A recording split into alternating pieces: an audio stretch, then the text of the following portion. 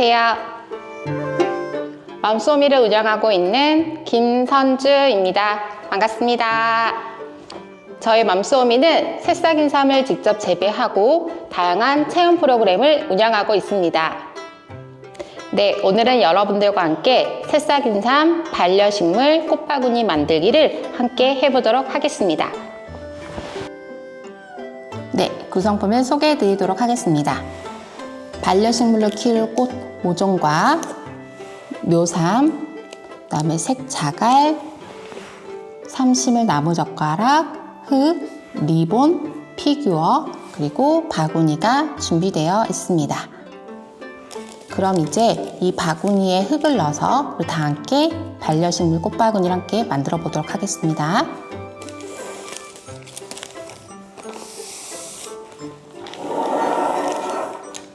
먼저 바구니에 흙을 넣도록 하겠습니다.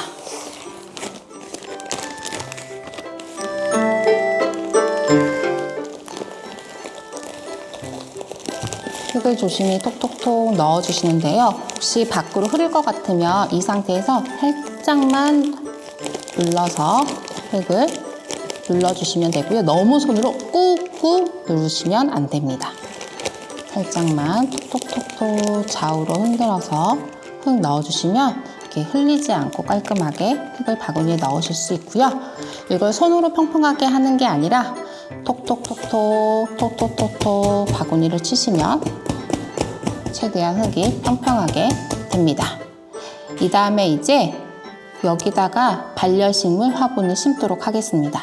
심기 전에 먼저 화분 심을 위치를 이쪽이나 이쪽에 심으려고 하신다면 한쪽으로 포트가 들어갈 수 있는 정도로 좀 파주세요. 살짝 흙을 아래쪽으로 남겨놓고요. 이렇게 한쪽으로 몰아서 해주신 다음에 준비된 모종을 해주시면 되는데요. 저희가 보내드린 대부분은 칼란디바라는 꽃을 보내드릴 겁니다. 이 꽃말에는 당신을 지켜줄게요. 설렘이라는 꽃말을 담고 있고요. 사계절 내내 실내에서 키우기 좋은 식물입니다. 모종을 빼실 때는 양쪽에 이렇게 돌려가면서 눌러주세요. 쉽게 나오도록. 그리고 심기 전에 해주실 게 여기 보시면 잎이 너무 많습니다. 그렇기 때문에 이 사이에 벌레가 생길 수 있기 때문에요.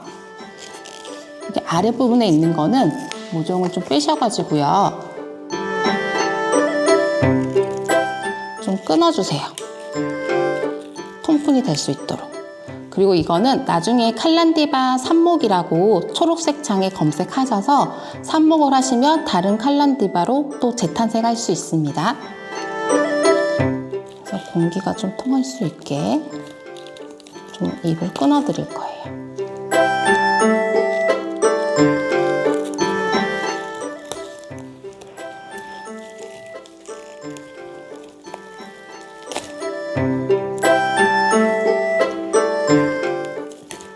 어느 정도 이렇게 정리가 됐다면 모종을 예쁘게 꽃 수영에 맞춰서 여러분들이 앞면에 가실 부분을 예쁘게 잡으신 다음에요.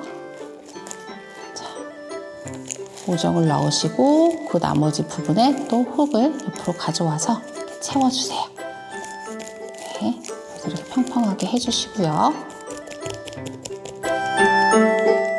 그 다음에 이제 나무젓가락을 이용해서 묘삼을 심어 보도록 하겠습니다. 네, 이제 묘삼을 심기 전에 나무젓가락을 이용해서 묘삼 심을 공간을 대략적으로 5군데를 표시해 주세요. 그리고 나서 나무젓가락으로 심으실 때는 나무젓가락의 넓은 부분과 좁은 부분이 있는데요. 심으실 때는 이 넓은 부분을 이용해 주시면 됩니다. 오른손에는 연필 잡듯 나무젓가락을 잡아주시고요. 왼손에는 연필 잡듯 묘삼을 잡아주시면 됩니다. 네, 묘삼을 왼손으로 잡으실 때 이 내두 부분이 다치지 않도록 이 손가락 안쪽을 향해 있어야 됩니다. 뿌리 끝부분이 이 바깥쪽을 향하고 있고요. 심으실 때는 너무 끝부분이 아니라 살짝 윗부분에 해주시면 되고요. 만약에 이렇게 넣는 게 힘드시면 이 부분을 가지고 오셔서 같이 넣어주시면서 왼손은 빼주세요. 오른손으로만 눌러주시면 됩니다. 심었는데 만약에 반듯하게 안 됐으면 다시 빼서 하셔도 되고요. 아니면 살짝 올리신 다음에 흙을 이렇게 정리하셔서 세워주셔도 됩니다. 다시 보여드리겠습니다.